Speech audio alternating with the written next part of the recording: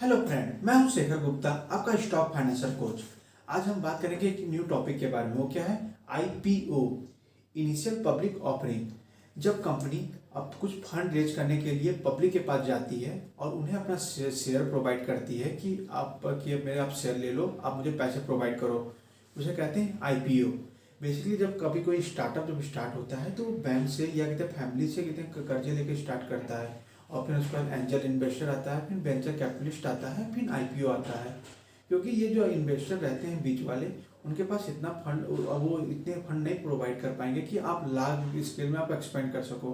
तो कंपनी क्या करती है? पब्लिक बोलती है कि मैं पब्लिक के पास जाऊंगी, पब्लिक को मैं अपना कुछ शेयर प्रोवाइड कर कर उनसे पैसे रेज करूंगी। तो इसमें क्या रहता है? बेसिकली आप पब्लिक को अपने कंपनी में शेयर होल्डर बना दे रहे हो, मतलब भागीदार बना दे रहे हो, उनको कुछ शेयर प्रोवाइड कर कर। मीन्स आपको अपने कंपनी को एक्सपेंड करने के लिए कहते हैं शेयर तो देने पड़ेंगे, क्योंकि आपको फंड चाहिए। बेसिकली अभी आपने देखा था इंडिगो पेंट का जब आईपीओ आया था, तो उन्होंने 300 करोड़ रुपए के रेज करने के लिए 58,40,000 शेयर उन्होंने कितने अपना सेल किया था। उन्होंने 20% के शेयर अपने सेल किए थे। अब लगभग कितने उन्होंने 1488 से 1490 का एक प्राइस मार्जिन प्रोवाइड किया था। बीड उसमें आप उसमें कैसे भी बीड लगा सकते हैं, वो भी एक लॉट साइज में जिसमें 10 शेयर थी। बेसिकली कंपनी अपना कहते हैं जो बिड लाती है या कहते हैं अपना आईपीओ लाती है, क्यों लाती है? क्योंकि उनको अपने कंपनी को एक्सपेंड करना रहता है। क्योंकि एक लेवल के बाद आप उस कंपनी में कहते हैं टोटली नए नए चीज़ें आपको लानी पड़ती हैं। और जो कंपनी ने कर्जा लिया है, डेप्ट लिया है, बैंक से लिया है या कहते हैं अपने इन्वेस्टर से लिया है, उनको कहते हैं वापस करने के लिए। मीन्स आप उनको पैसे वापस कर दीजिए कि आपको डेप्ट फ्री होने के लिए। तीसरा क्या है? अपने नए प्रोडक्ट और सर्विसेज को आप लॉन्च करना है, पर आपके पास पैसे नहीं है, तो आप क्या करोगे? आपको एक ही रास्ता बचता है, आईपीओ। बेसिकली कंपनी अपने कितने क्यों कितने आईपीओ ला रही है, ये चीज़ें आपको पढ़ने के लिए रेड हेरिंग प्रोस्पेक्टस कंपनी के पढ़ने पड़ते हैं। ये आपको कहाँ पे अवेलेबल रहेंगे? ये जब कंपनी अपना आईपीओ लाती है तो आप सेबी की वेबसाइट पे आप जाकर www.sebi.gov.in पे आप जब सर्च करेंगे तो उस कंपनी का नाम सर्च करके आप उसका रेड हेरिंग प्रोस्पेक्टस पढ़ सकते हैं। उसमें बहुत सी जानकारी रहती है, जैसे उसका बिजनेस एक्टिविटी क्या चल रहा है, उसका मैनेजमेंट प्लान क्या है, उसका स्ट्रेटजी क्या है, उसका रिस्क फैक्टर क्या है, और उसके स्ट्रेटजी प्लान क्या है, या उसका प्रमोटर और मैनेजमेंट की डिटेल क्या है, उसका पास्ट फाइनेंशियल डिटेल क्या है। ये टोटली चीज़ आपको रेड हेरिंग प्रोस्पेक्टस में मिल जाएंगी, और फिर उसके बाद कहते हैं आप उस आईपीओ में इन्वेस्ट कर सकते हैं। बेसिकली जब आप कोई आईपीओ लाते हैं वो दो पार्ट में डिवाइडेड रहते हैं, एक फिक्स प्राइस, एक बुक बिल्डिंग का इशू में। मीन्स एक फिक्स प्राइस आपका क्या होता है? जब कोई कंपनी इन्वेस्टमेंट बैंक के साथ मिलकर डिसाइड करती है कि हम एक फिक्स प्राइस में ही अपने शेयर को कहते हैं अवेलेबल कराएंगे अपने इन्वेस्टर को, और जो इन्वेस्टर रहता है उस फिक्स प्राइस में ही वो शेयर को आपको लेना पड़ता है। मीन्स वो फिक्स प्राइस में ही आपको बिड सबमिट करनी पड़ती है और वो आपका अलॉट हो जाता है। मान लीजिए आपने कितने आपके कंपनी के साथ इन्वेस्टमेंट बैंक के साथ मिलकर उन्होंने डिसाइड किया कि मैं अपने शेयर को 100 रुपये में अवेलेबल कराऊंगा एक फिक्स प्राइस में, तो जो इन्वेस्टर रहेगा उसको 100 रुपये पे करने पड़ेंगे आपको एक शेयर को बाई करने के लिए। और उसमें आपको ये पता रहेगा आपको शेयर एक दो में नहीं आप बाई कर सकते, इसको एक लॉट साइज में आपको बाई करना रहता है। एक लॉट साइज में कितने शेयर रहेंगे वो कंपनी डिसाइड करती है और इन्वेस्टमेंट बैंक डिसाइड करता है। दूसरा पॉइंट है हमारा बुक बिल्डिंग इशू। जब कोई कितने कंपनी आईपीओ लाती है तो वो इन्वेस्टमेंट बैंक के साथ मिलकर डिसाइड करते हैं एक फिक्स प्राइस बैंड में, मतलब एक प्राइस मार्जिन बैंड में अपने कितने शेयर लाएंगे। उसमें क्या रहेगा? जो इन्वेस्टर रहता है उस प्राइस बैंड के बीच में ही कितने कुछ बिडिंग लगानी पड़ती है और अपना सबमिट करना पड़ता है, तब जाकर उसे अलॉट होता है। मैं एग्जाम्पल के थ्रू आपको समझाता हूँ। जब इंडिगो पेंट ने कितने 20 से 22 जनवरी को अपना कितने आईपीओ लाया था, तो उन्होंने कितने प्राइस बैंड डिसाइड किया था कि मैं कितने 1488 से लेकर 1490 के बीच में अपना बिडिंग कर लगाऊंगा। तो उन्होंने जो नीचे 1488 प्रोवाइड किया था ये फ्लोर प्राइस था, 1490 क्या था? आपका कैप प्राइस था। इसका कितने डिफरेंस कितना होना चाहिए? मिनिमम आपका कितने मैक्सिमम 20% होना चाहिए। बेसिकली अभी तो डिफरेंस यहाँ पे कम है 20% से। जब कंपनी अपना आईपीओ लाती है तो वो 3 से 5 दिन के लिए खुले रहते हैं उनके विंडो, उसमें आप अपना बिडिंग लगा सकते हो।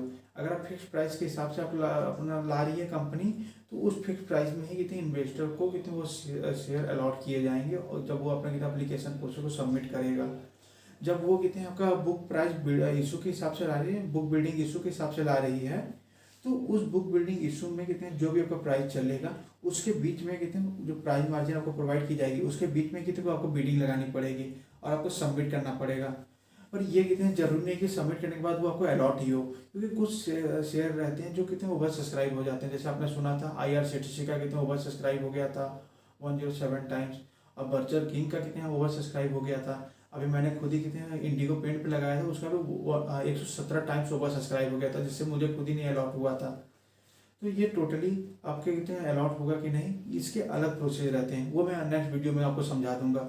जब आपके शेयर आपको अलॉट हो गए तो वो 3 दिन बाद अलॉटमेंट के कहते हैं वो स्टॉक मार्केट में लिस्टेड हो जाते हैं। तो वहाँ पे क्या रहता है, यहाँ पे आपको कहते हैं इन्वेस्टर और कंपनी के बीच में शेयर कहते हैं एक्सचेंज हो रहा है। अब यहाँ पे जब लिस्ट होने के बाद एक इन्वेस्टर के साथ दूसरे इन्वेस्टर को कहते हैं आप बाई और सेल कर सकते हैं। बेसिकली जब आप ये IPO की तरफ जो शेयर आपको अलॉट किए जाते हैं वो 1 शेयर 2 शेयर 3 शेयर 4 शेयर इसके हिसाब से नहीं अलॉट किए जाते हैं, वो आपको एक फिक्स्ड लॉट के हिसाब से प्रोवाइड किया जाता है। जब वो जो कंपनी रहती है IPO जो लाती है वो इन्वेस्टमेंट बैंक के साथ मिलकर डिसाइड करती है कि हम अपने शेयर इतने लॉट साइज में लाएंगे, एक लॉट शेयर साइज में इतने शेयर रहेंगे। बेसिकली उस हिसाब से आपको अपने कितने प्राइस लगाने पड़ते हैं, अपना बिडिंग लगानी पड़ती है और उतने शेयर लेने पड़ते हैं कि मार्केट जिस तरीके से इंडिगो पेंट का था 300 करोड़ रुपए का उनको फंड रेज करना था, तो हिसाब से उन्होंने कितने इतना प्राइस बैंड लाया और इतने एक लॉट में इतने शेयर लाए। तो मैं एग्जांपल के थ्रू बता देता हूँ, उन्होंने कितने एक लॉट में 10 शेयर रखा इंडिगो पेंट ने, और आप चाहें तो कितने आपको कितने इस 10 के मल्टीपल में ही आपको शेयर मिलेंगे, 10 20 30 मीन्स एक lot 2 lot 3 lot 4 lot means उस मल्टीपल में आपको शेयर अवेलेबल कराएंगे। आप चाहें तो 1-2 शेयर नहीं ले सकते हैं, ये IPO में होता है। पर जो आप कहते हैं ये शेयर जब मार्केट में आ जाते हैं, सेकेंडरी मार्केट में लिस्ट हो जाते हैं national stock exchange Bombay stock exchange में, तो आप इसे 1 शेयर 2 शेयर 3 शेयर में आप ले सकते हो। इसमें कितने आपका पॉजिटिव पॉइंट है after listing the stock market. Primary market वो मार्केट होता है जहाँ की आप कितने new share new bond new security आप तो वहाँ से बाई कर सकते हो। बेसिकली आप जो कितने इससे आप न्यू इशू मार्केट भी कह सकते हैं।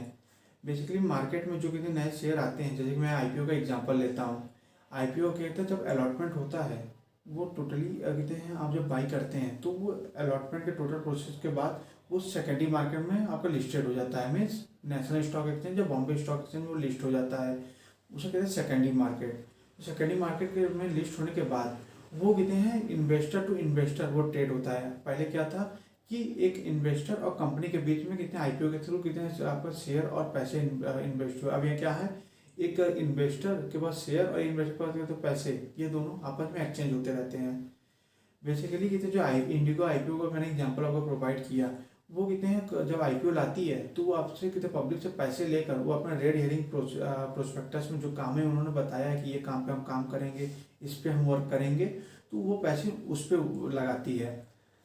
तो आपका जब ये मार्केट में कितने IPO होने के बाद जब स्टॉक एक्सचेंज में जब लिस्ट हो जाता है तो वो इन्वेस्टर के थ्रू कितने एक्सचेंज होते रहते हैं वो टोटली।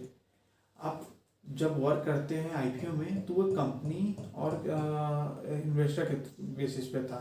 अब क्या हो गया है आपका investor to investor means primary market and secondary market, ये टोटली IPO के आने के बाद ये टोटली डिसाइड हुआ एक तरह से। आप जिस तरीके से कहते हैं मार्केट में कहते हैं आप स्टॉक मार्केट में आप बाई कॉल सेल या कहते हैं अपना कहाँ पे बिडिंग लगाना है क्या चीज़ करना है, ये टोटली आप कहते हैं अपने कहते हैं सॉफ्टवेयर के थ्रू या कहते हैं आपका ब्रोकर को कॉल करके या उनके वेबसाइट पर विजिट करके अपने बाई सेल करते हैं। ये चीज़ें IPO में नहीं होती है, इसके लिए अलग प्रोसेस है। यहाँ पे आप डायरेक्टली आप बाई सेल नहीं कर सकते हैं। इसको मैं कहते हैं एक बड़ी एक्सप्लेन करूँगा अलग वीडियो में। ओके, चलिए मिलते हैं नेक्स्ट वीडियो में, तब के लिए इतना ही।